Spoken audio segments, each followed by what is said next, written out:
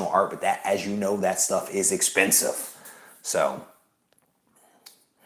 DS Comics, I know, right? I don't have as much time, unfortunately, like in the evenings, like I normally do to like edit video. So the live chat allows me a couple of minutes to kind of jump on here and chit chat a little bit. So what I wanted to do, the real reason why I wanted to pull this quick video together was to show you guys this box right here.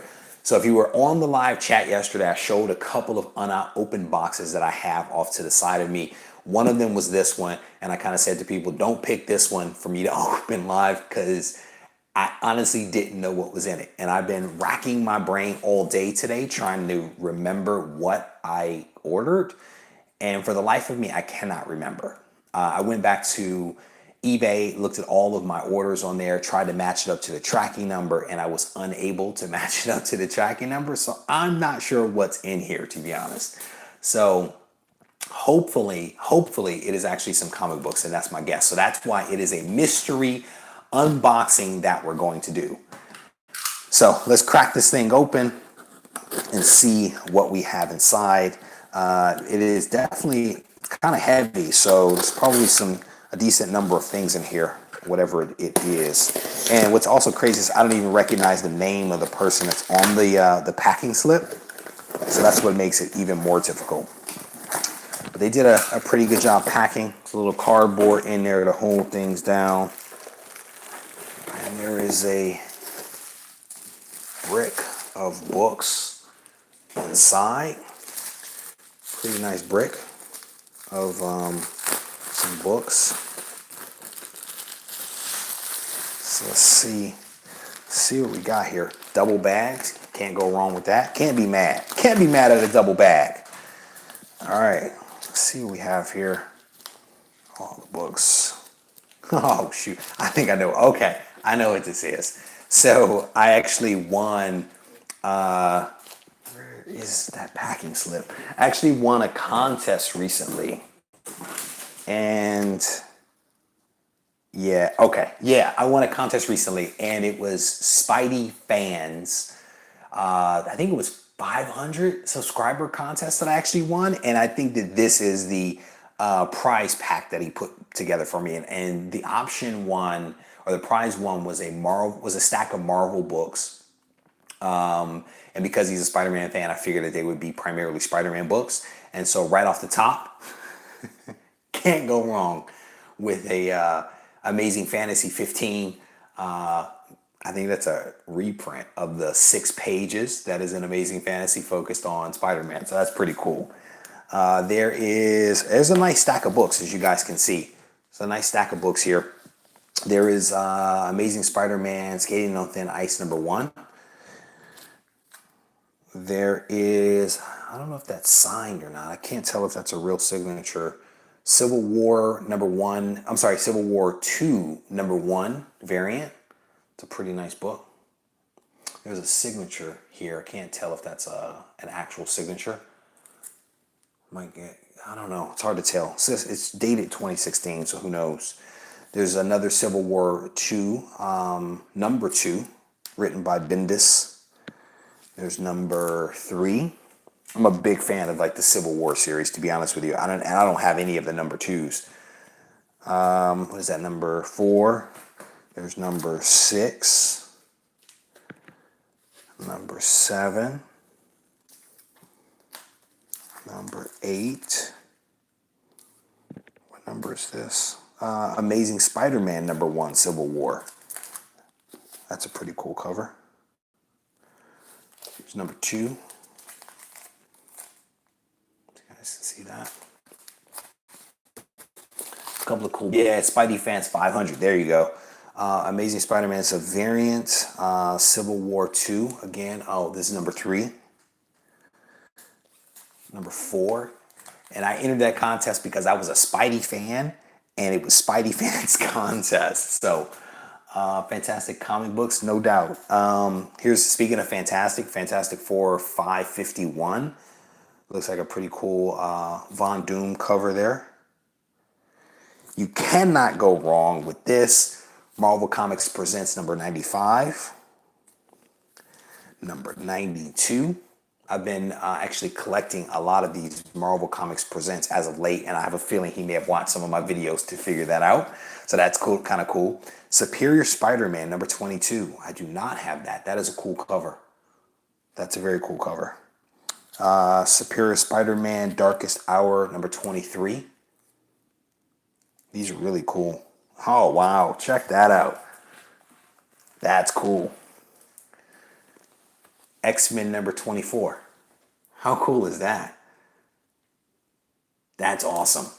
So a very nice prize pack that Spidey fan put together as part of his 500 subscriber contest. I've actually won a couple of these contests as of late, and the people that have sponsored these are doing a really good job, in my opinion, of putting together some awesome prize packs. I've won 3 contests in the last couple of months, and each one of the packages have been amazing, full of some awesome books. If you haven't seen the videos that I did for RB3's contest, I would say go back and take a look at that one. There was the one, Comics with Bueller. He put together an amazing prize pack of like 35 pounds of books and statues and action figures. That was really cool. And then, of course, now Spidey fans. So I encourage you guys to check out those videos if you can. So loving the prizes. Yes, X-Men 24. Boy Who had 7 is talking about that. Brother, I just got your tag on Instagram. Very nice Hulk 181. I like that. RB3, I want to show this to you because I think you missed it the first time and also the second time. This is the only piece of original art that I own, and I thought that you might like it. Uncanny X-Men number 471, page number 11. Very cool piece of Billy Tan artwork that I picked up a couple of years ago when I was living in Maryland. I'd like to actually get more of this. This piece has actually been sitting in the top of my daughter's closet for the last year and a half because I didn't have a great place to put it, but hopefully soon I will have a place somewhere in this room. As you guys can see back behind me, I am working on getting my room set up. And I've been working on these comic mounts that you see back there. So I have some additional work that I need to do tonight. I think I want to hang a couple of books, or at least that's my hope. I've gotten Eric, I think it's Keys Collector, has been giving me a lot of advice on how to work with these mounts back here. There's a couple of tricks to get them to work the right way, and I hope to employ those tricks later tonight when I get them worked on. Artwork is very expensive, and I will not get the art bug, my friend. So between you trying to get me to do original art, I have somebody else trying to get me to do Golden Age books, and actually gave me a stack of Golden Age books that I think are really cool. I spend enough money with the regular stuff that I don't need any assistance spending cash. So don't enter mine. It's got Deadpool and you know what? I can do RB3. I can do Deadpool. I'm good with Deadpool. I'll have to enter that contest. So let me see. Do I have anything else?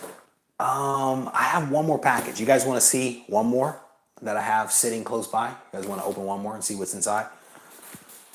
JD saying original art is awesome. Yes, it is, brother. It is also awesomely expensive. Even back in the day in the mid 2000s when I was looking at original art, like the covers were still like $3 grand, $4 grand. I mean, it's super expensive, you know? So Master Toy Museum 1979 is asking if I have any older graphic novels with Batman. I have literally 0 graphic novels outside of those that Comics with Bueller literally just sent me a couple of weeks ago. I'm not a big graphic novel guy. I'm more of a floppies guy than anything else. But he sent me a really nice stack of some graphic novels that as soon as I get a bookshelf or something in here, I'll try to put up. C. Woodard 19, how you doing, brother? Good to see you. So I'm going to open up one more box here before I let you guys go and start finishing this wall behind me. I have some screws to screw down and some mounts to make a little bit tighter to actually hold my books. So this one is from Lone Star Comics, which I think is mycomicshop.com. Yeah, My Comic Shop. I do a lot of business with My Comic Shop. I like their prices.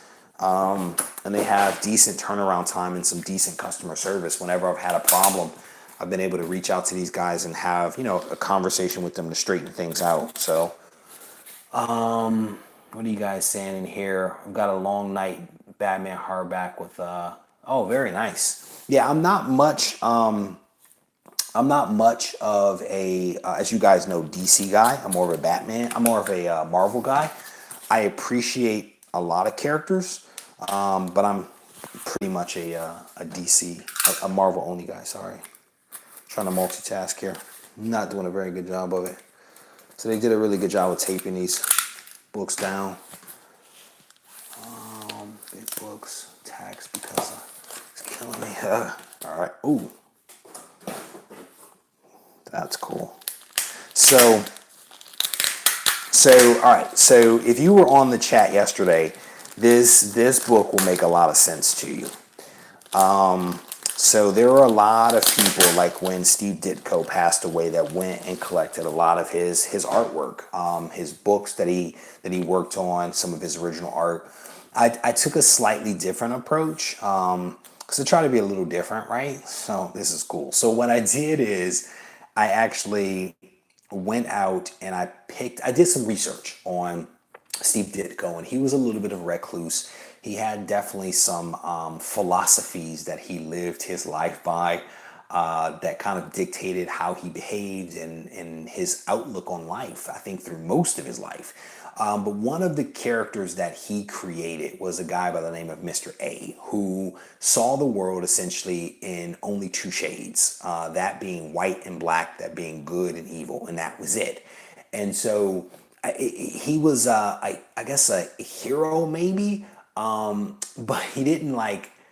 I don't think he like intervened and attacked people like a Punisher with like vengeance and stuff like that. He more let people fail on their own, and he kind of stood by and witnessed their demise. At least that's my understanding. I had yet to read his book, but what I did is that character kind of fascinated me because it was a character that he created. It was a story that he wrote, and he also did the artwork for. And I believe that outside of the cover, most of the book is black and white, again, because he sees the world in black and white. So it's just a very interesting thing. So what I did is I picked up, where is it? Somewhere in here, there is a book. Let's see if I can find it. I don't see it. Oh, here. I picked up this book, Whitson, number 3, which is the first appearance of his character, Mr. A. It is a rare book, I believe, on the CGC census. There are only like 8 of them, I want to say. But I also picked up this, which is Mr. A's first book. And it is also the first edition of his book, which I believe is also a relatively rare book. When I looked at the census, I think there were low number double digits of the number 1.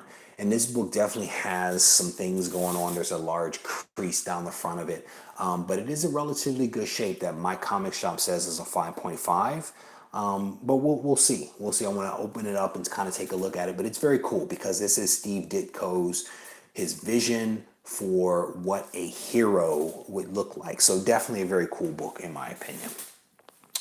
TJ Watson, how you doing, brother? You didn't miss much. I unboxed a prize pack from Spidey Fan.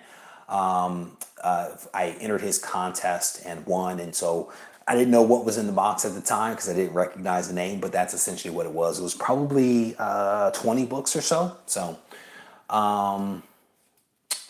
there's a little bit of discussion here with the guys here talking about the expensive original art. It is definitely expensive. It is not for the faint of heart, to be honest with you. Thank you. Toy Museum here, 1979, is saying that he enjoys the live video streams that I do. Definitely. I have fun doing them. I enjoy doing all the videos, and I enjoy the interactions with you guys. So thank you for joining me. Thank you guys for bearing with me with my technical glitch earlier today.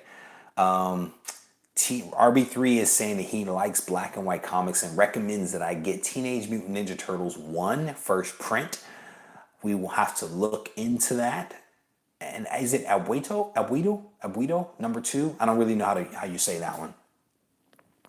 But I think that's the one with the rabbit on the front cover, I want to say. So But yeah, this is a really cool book. And I also have number 2 somewhere in one of these boxes next to me. That is yeah, I think it's here. But at some point, what I plan to do is to do a longer video, more in depth, on Steve Ditko and his Mr. A character and his philosophy behind things.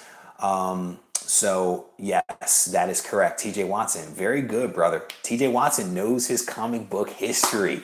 I am not prepared, TJ, to get into the details of all that because I need to continue organizing my thoughts and kind of flesh out how I want to tell the story. And you know me, I like to pull in images and things like that from the book. So I want to organize my thought a little bit more and take some time to be able to tell the story the right way with as few errors as possible. I think the boy who had 7 says that he needs to get his kids in bed. Brother, thank you for joining. As always, I appreciate you guys.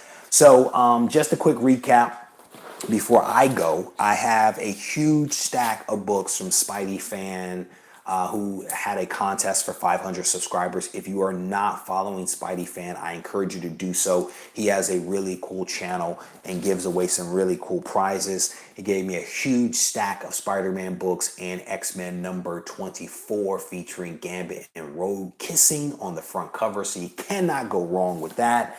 I also showed a couple of cool books here and some original art. So just doing a little bit of a recap here. Uncanny X-Men 471, page number 11. This is the only piece of original art that I actually own. Hope to be able to get some more at some point, but I have other priorities at the moment.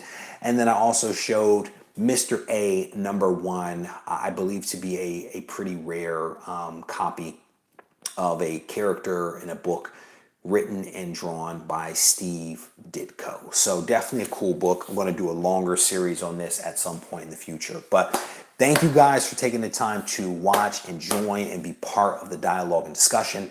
If you get a chance, check out some of the other videos that I've posted